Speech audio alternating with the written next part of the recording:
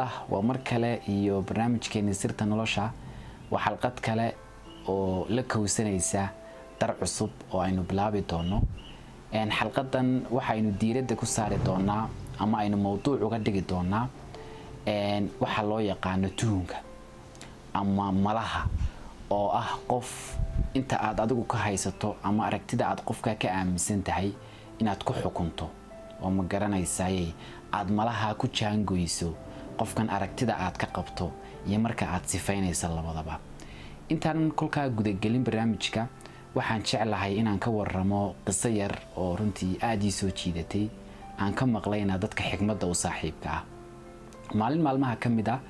ba arday dhigta dugsiyada hoose ama kindergarten-ka waxa loo yaqaano ama uuladaba ayaa arday baa u yimi macallin marka fasalkii baa la fadhiyay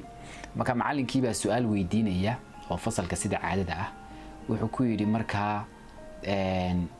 Axmedow saddex tufaax wuxuu fahansiinaya marka xisaabta isu geynta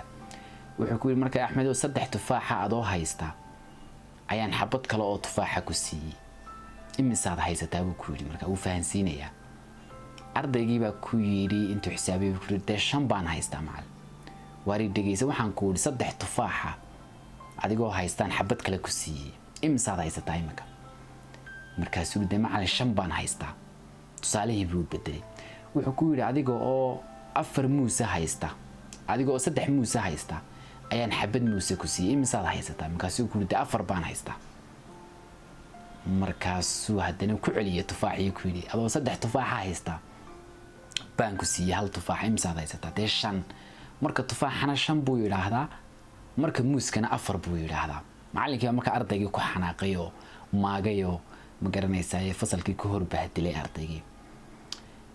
dabadeed ardaygii baa ku soo noqday gurigiisii marka hooyadii baa ku tiri ka waran maanta iskuulka sidee buu ahaa markaasuu ku yiri hooyo macallinkii baa weydiiyay maanta saddex tufaax marka loo geeyo hal tufaax waa imisa markaasaan ku lahaa waa shan markaas ku tiri maxaad u lahayd waa shan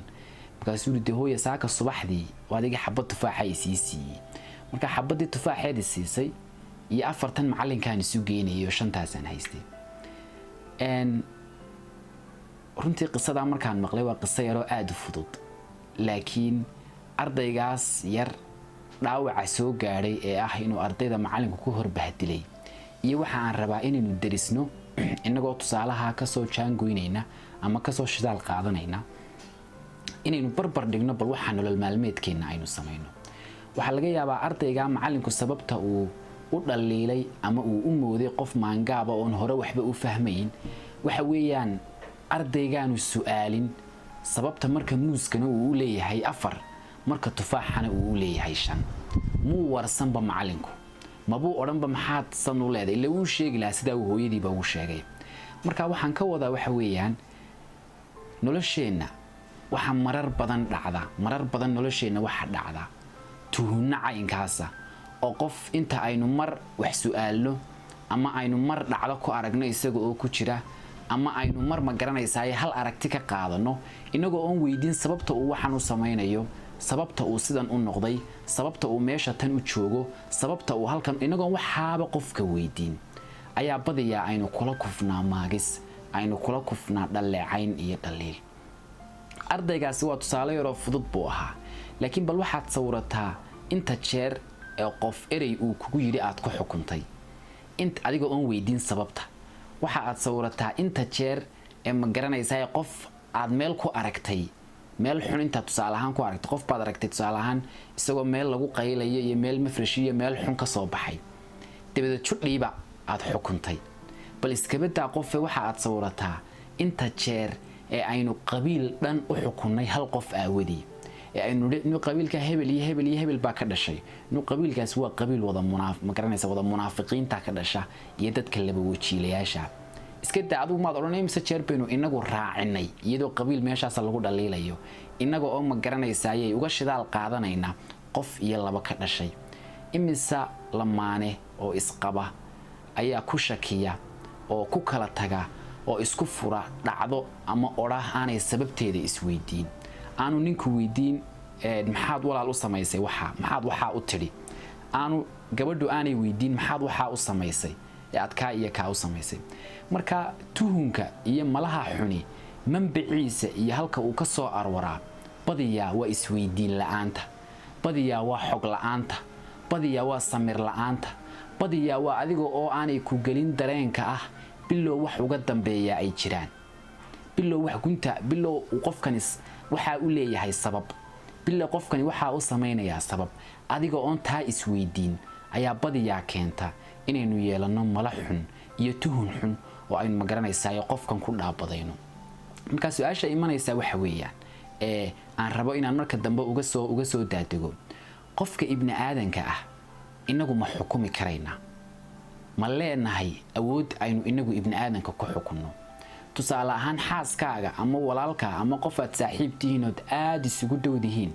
ma leedahay awoodda aad kula socon karayso inta u daalacaneed arkayso iyo inta u daahiranay gudaha iyo ugu jirta ma garanaysaa warka? ma leenahay inagu awoodda caynkaas?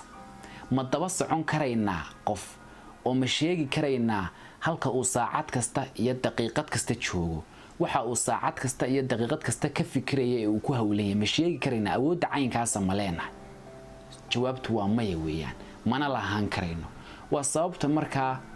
markii ilaahay aakhire ina xisaabayo aanu inoogu xisaabayn waxay dadku inaga aaminsan yihiin iyo ma garanaysaa waxa dadka agtooda aynu ka nidhi ama waxa dadka agtooda aynu ka samaynay, ee uu ilaahay inoogu xisaabayo waxa uu isagu og yahay, maadaama uu uurkeenana og yahay waxa la arkaya ee aynu samaynaynana aynu ognahay.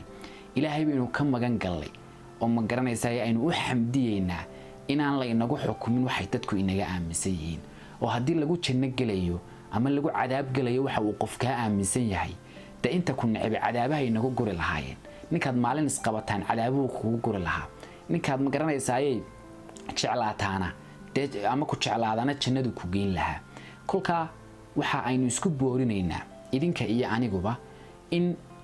qofka ibni aadanka ah waxa uu yiraahdo ama waxa uu falo ama waxa aad maalin ku aragtaa inaanu ahayn wax aad uga shidaal qaadan karayso qofkan wanaagiisa iyo xumaantiisa. ma aha oo ma awoodi karayno inaynu qof dhan xukunno. xataa haddii aad ka maarmi weydo oo ay noqoto qof in lagu yiraahdo faalle ama qofkaasi shaqo galayay naga soo sii warbixin, waxa aad markasta isku daydaa inaad isku xayn daabto oo marka aad faallaynaysa aad tiraahdo war ninka waan wada shaqayn jirnayo,